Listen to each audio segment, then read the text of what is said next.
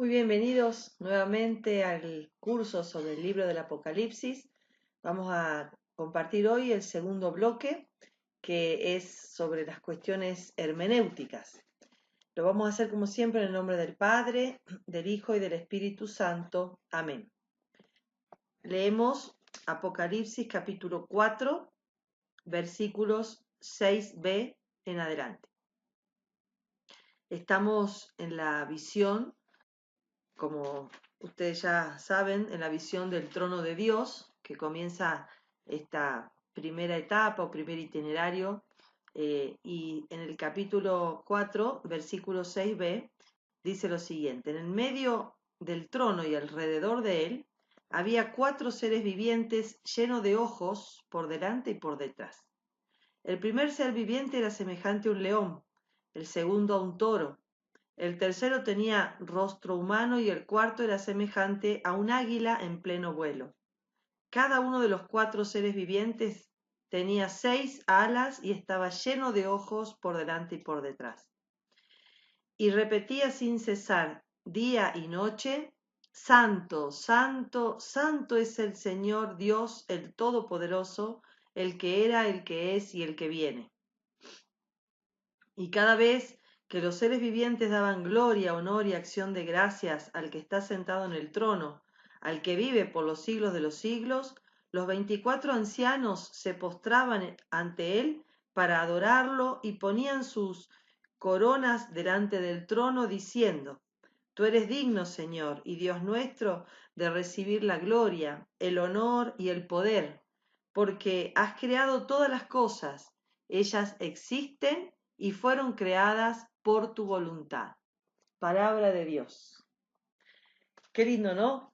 Esta gloria que los seres vivientes, los 4 seres estos simbólicos, el león, el toro, el ángel, que son, bueno, como sabemos, representantes de los símbolos de los 4 evangelistas, los ancianos, toda la corte celeste dando honor y gloria al Señor. Esto queremos en este segundo bloque simbólico, sobre todo en este mundo simbólico, queremos interpretar. Así que vamos a dar comienzo. Les recuerdo la necesidad de remitirse al apunte para acompañar este desarrollo, que solamente en el video yo presento, pero los envío a que vayan a leer, que vayan a constatar, que busquen los textos bíblicos que están referidos ahí en el apunte, para que ustedes puedan con su propia, digamos, construcción ir armando este curso. Bueno, ya dimos todos los aspectos de las generalidades sobre, en el módulo anterior, la canonicidad, el autor, el contexto político, las fechas y los destinatarios, la situación externa e interna, el mensaje general, la estructura, el género literario, las preguntas y las respuestas a por qué visiones y símbolos, y estos 7 consejos que nos daba Juan para leer el Apocalipsis. Les decía que les aconsejaba destinarle 2 clases, 2 encuentros, 2 tardes, 2 mañanas, no sé, no hacerlo todo de una sola vez porque puede resultar un poco pesado. Vamos entonces hoy a ver estas cuestiones de hermenéutica. Les digo inmediatamente que por hermenéutica entiendo este arte de interpretar un texto, cualquiera sea, pero no solo de interpretarlo, sino también de actualizarlo, de traerlo al hoy del lector o del oyente. Y entonces en esto se distingue de la exégesis, que se aboca más bien al texto solamente y a su contexto, ¿no? En cambio, la hermenéutica interpreta parte de la exégesis, pero trata de actualizar el mensaje. Así que bueno, vamos a ir viendo entonces estas cuestiones de hermenéutica y vamos a tratar de ir actualizando, sobre todo en el apunte van a estar esos ejemplos de interpretaciones simbólicas particulares que, bueno, a medida que lo vayan viendo al apunte se van a ir dando cuenta que va actualizándose hoy en nuestra realidad también todos estos simbolismos. Sobre el contenido y los aportes teológicos veremos el tercer y cuarto bloque.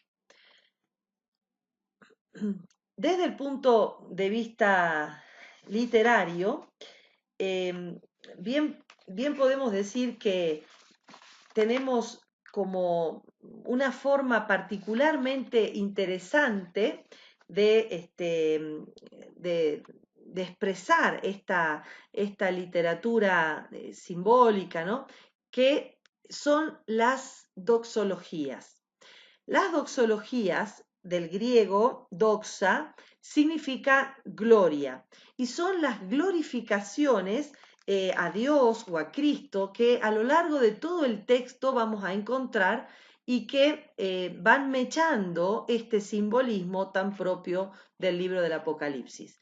Es también una cuestión hermenéutica entender de estas oraciones dirigidas a Dios anticipadamente en un acto de gran fe, anticipadamente de una victoria que todavía no se tiene, pero que se sabe se va a participar el que permanezca fiel como creyente en el cielo.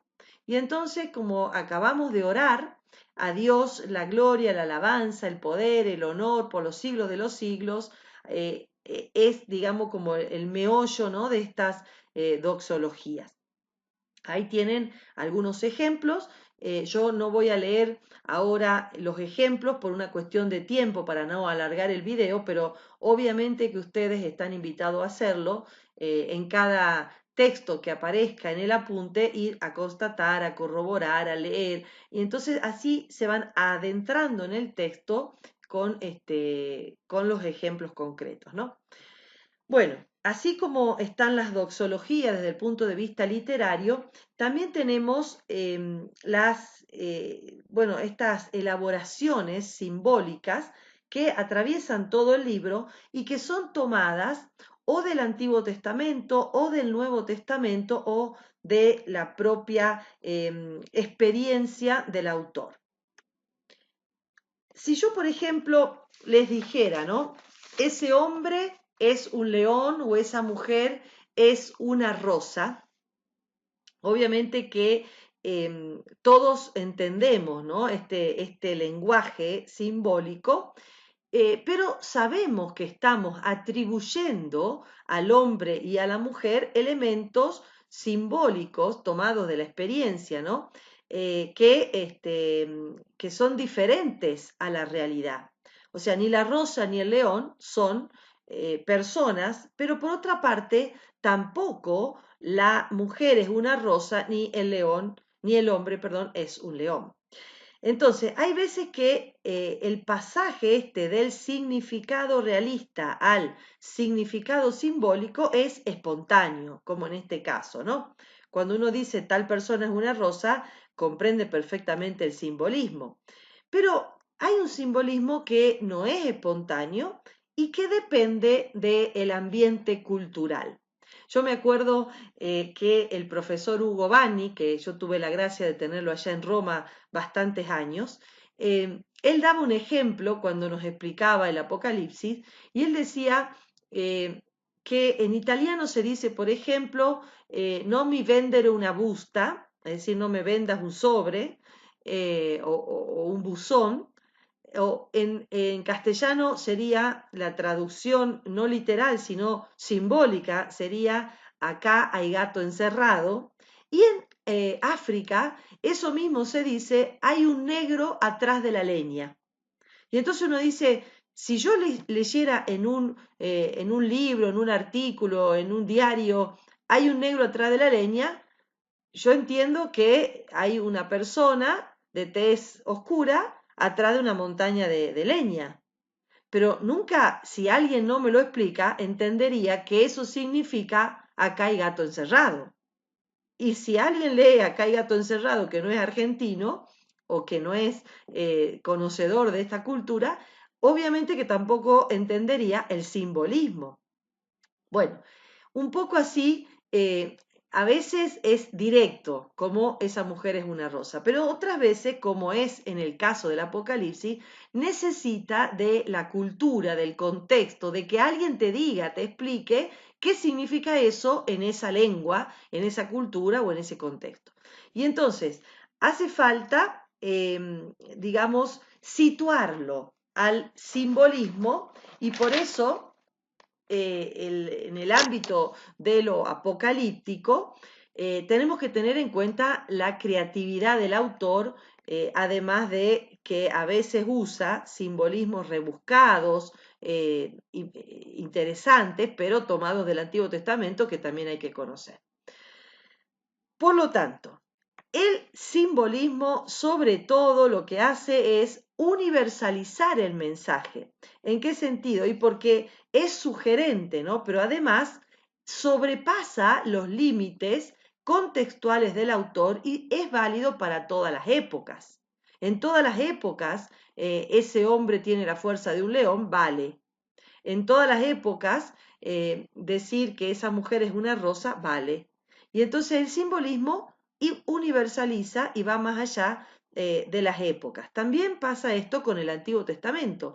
Fíjense que han pasado 1000, 2000, 3000, no, muchos años entre algunos dichos o símbolos del Antiguo Testamento y el Nuevo Testamento que los recoge con este autor a finales del siglo I. Así que ha quedado para siempre el símbolo ahí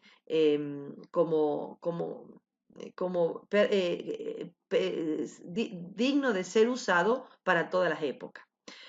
Por ejemplo, eh, el Apocalipsis, ustedes saben que es uno de los libros, como ya les dije en el módulo pasado, que 400 veces usa del Antiguo Testamento, así que es uno de los libros que más usa del Antiguo Testamento.